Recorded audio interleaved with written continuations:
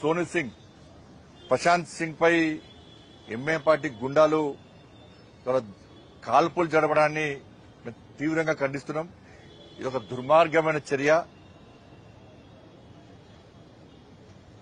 ప్రభుత్వము చేయాల్సిన పనిని ప్రభుత్వము పోలీసులు చేయలేని పరిస్థితుల్లో గోవులను రక్షించాల్సినటువంటి బాధ్యతను గుర్తించి ఈ తెలంగాణ రాష్ట్రంలో అనేక సంవత్సరాలుగా బజరంగ్ దళ్ కార్యకర్తలు గోరక్షకులు గోవులను రక్షించడం ఒక బాధ్యతగా చట్టానికి లోబడి వ్యవహరిస్తా ఉన్నారు. ఇటువంటి పరిస్థితుల్లో ముఖ్యంగా భాగ్యనగర్ లో ఇది మొదటి సంఘటన కాదు. గతంలో సంజయ్ అనేటువంటి ఒక కార్యకర్త బజరంగ్ దళ్ కార్యకర్త మీద కూడా హత్యాయత్నం చేయడం జరిగింది. ఆయన కింద పడేసి కారు మీదికెళ్లి తీసుకుపోయే ప్రయత్నం చేస్తే చావు బతుకుల మధ్య ఇదే హాస్పిటల్లో కొన ఊపిరితో ఉండి ఇలా ప్రాణాల నుంచి బయటపడ్డాడు. కాదు ఇది మొదటి సంఘటన కాదు. ఇటువంటి సంఘటనలు జరుగుతూనే ఉన్నాయి. గోవధ నిషేధ చట్టం అనేది ఉంది. అది దాన్ని పాలకులు గుర్తించాలి. గోవధ నిషేధ చట్టాన్ని అమలు చేస్తే మాకు తుర్కోల ఓట్లు పోతాయని చెప్పి ఇవాళ పాలకులు భయపడుతున్నారు. ఎంఐఎం పార్టీకి వత్తాసు పలుకుతున్నారు.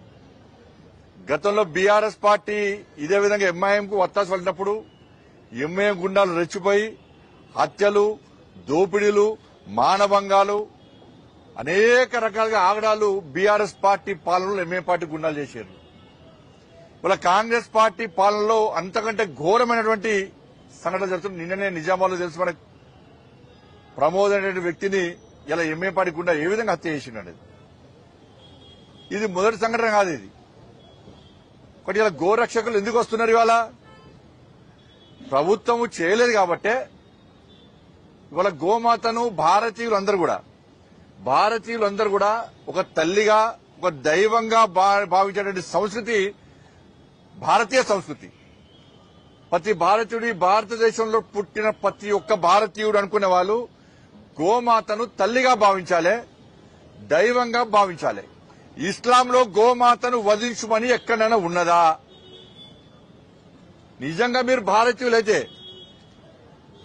గోమాతను తల్లిగా భావించండి. లేకుంటే మీ తల్లిని కూడా మీరు నరుక్కుంటారంటే దానికి ఏం చేయలేం మేము. అటువంటి నీచపు ఆలోచన ఇస్లాంలో ఉందా చెప్పండి. బీఫ్ తింటే మజా ఉంటుందని చెప్పి ప్రసంగాలు చేసేటువంటి ఫాల్తుగా ఉన్నప్పుడు సమాజం గిట్టే ఉంటుంది. ఇలా మళ్ళీ చెప్తున్నా నేను, ఇస్లాంలో గోవును వధించమని లేదు, గోవును తల్లిగా భావించమని భారతీయ సనాతన ధర్మం చెప్తున్నది. మీరు ఇదే గోమాతను ఈ విధంగా వధిస్తే మీ తల్లిని మీరు నరుక్కున్నట్టే. అట్లా నరుక్కోవడానికి సిద్దమైతే మీ ఇష్టం, అది మీ కర్మ, మీ విజ్ఞత వదిలేస్తున్నాం. అది వాళ్ళ ఎన్ని రోజుల సహనము, ఓ సహనానికి అద్దు ఉంటుంది. కానీ దాన్ని ప్రభుత్వం పిరికితనంగా భావిస్తే గిట్టే ఉంటుంది. ఇలా ముఖ్యమంత్రి గారు వచ్చి గోశాలలో పెడతాను. గోశాలలు ఎందుకు పెడుతున్నావు? గోశాలలు నువ్వు ఫస్ట్ గోవధ నిషేధ చట్టాన్ని అమలు చేయి. ఇవాళ మీరు అమలు చేయకుంటే మా తల్లిని మేము కాపాడుకునే ప్రయత్నం చేస్తే, మా దైవాన్ని మేము కాపాడుకునే ప్రయత్నం చేస్తే, నా ధర్మాన్ని మేము రక్షించుకునే ప్రయత్నం చేస్తే, ఎవరైతే అవమానపరుస్తుండో, ఎవరైతే వధిస్తుండో వాడు మంచోడైపోయాడు. ఎవరైతే చట్టాన్ని కాపాడాలని చెప్పి చట్టానికి అనుగుణంగా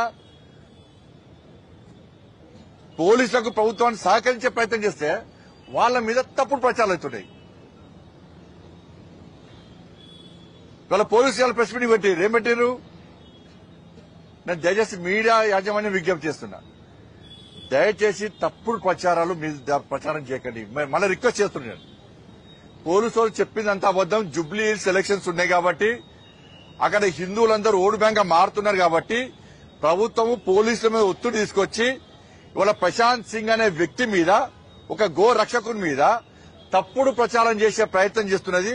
దాన్ని మీడియా ద్వారా ప్రచారం చేసే ప్రయత్నం చేస్తున్నది. మీడియా యాజమాన్యానికి 2 చేతులు జోడించి రిక్వెస్ట్ చేస్తున్నా, ఈ ప్రచారాన్ని బంద్ చేయండి. మా పర్సనల్ రిక్వెస్ట్.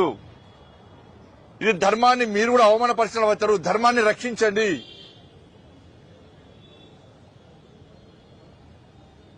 ఇలా సోను సింగ్ అనే వ్యక్తి 5 లక్షల కోసం ఆలోచించబడితే ఇలా పోలీసు వాళ్ళు అంటున్నారు, ఏమంటున్నారు?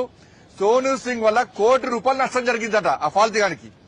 అంటే ₹1 కోటి వరకు దందా చేస్తుంటే పోలీసులు ఏం చేస్తున్నారు? ఇవాళ ₹1 కోటి దందా నష్టం చేస్తున్నారు. పక్క నష్టం ఏంది? ఈ పంత మరదంతరాలు. వ్యాపారానికి నష్టం వచ్చిందని పోలీసులు భావిస్తున్నారు కానీ మనిషిని చంపి బుల్లెట్ ఎక్కడి నుంచి వచ్చింది, రివాల్వర్ ఎక్కడి నుంచి వచ్చింది, రివాల్వర్లు పెట్టి ₹1 కోటి దందా చేస్తున్నప్పుడు కూడా పోలీసుల చెక్ పోస్టులు ఏమైనాయి? పోలీసులు ఎందుకు పట్టించుకుంటలేరు? రివాల్వర్లు ఎక్కడి నుంచి వచ్చినాయి? నువ్వు రివాల్వర్ గురించి మాట్లాడు, కాల్పులు జరిపిన దాని గురించి మాట్లాడు. దాని గురించి మాట్లాడకుండా 5 లక్షలు డిమాండ్ చేసిందట, ₹1 కోటి దందా నష్టం చేసిందట, అందుకే కాల్పులు జరిపినట. అంటే నిందితులు సమర్థిస్తున్నారు వీళ్ళు. ఇలా మీ బతికెందుకే ప్రభుత్వం? మీదికి వచ్చి బొట్లు పెట్టి పూజ చేసుకున్నాడు. కేసీఆర్ కట్టేసిండు, రేవంత్ రెడ్డి గదే చేస్తున్నాడు. కేసీఆర్ గిరే గోవను పెట్టి పూజ చేసిండు యాగాలకు ముందు. గోవధను నిషేధించడం అమలు చేయబడి చేయలే. గోవులను వధిస్తే కూడా బజరంగ దళ కార్యకర్త దాడి చేస్తాడు. కేసీఆర్ పడుచుకోలే. పోయి పాపం తలిగింది, పాపం పండింది, ఫామ్ హౌస్ పడ్డాడు. ఇలా రేవంత్ రెడ్డి సర్కార్కి అదే జరుగుతుంది. ఇవాళ మీరు ఓట్ల కోసం కక్కుర్తి పడితే, హిందువుల మనోభావాలు దెబ్బతీసే ప్రయత్నం చేస్తే, హిందువుల దైవాన్ని కించపరిచే ప్రయత్నం చేస్తే, హిందూ ధర్మాన్ని హేళన చేసే ప్రయత్నం చేస్తే, గో రక్షకులను అవమానపరిచే ప్రయత్నం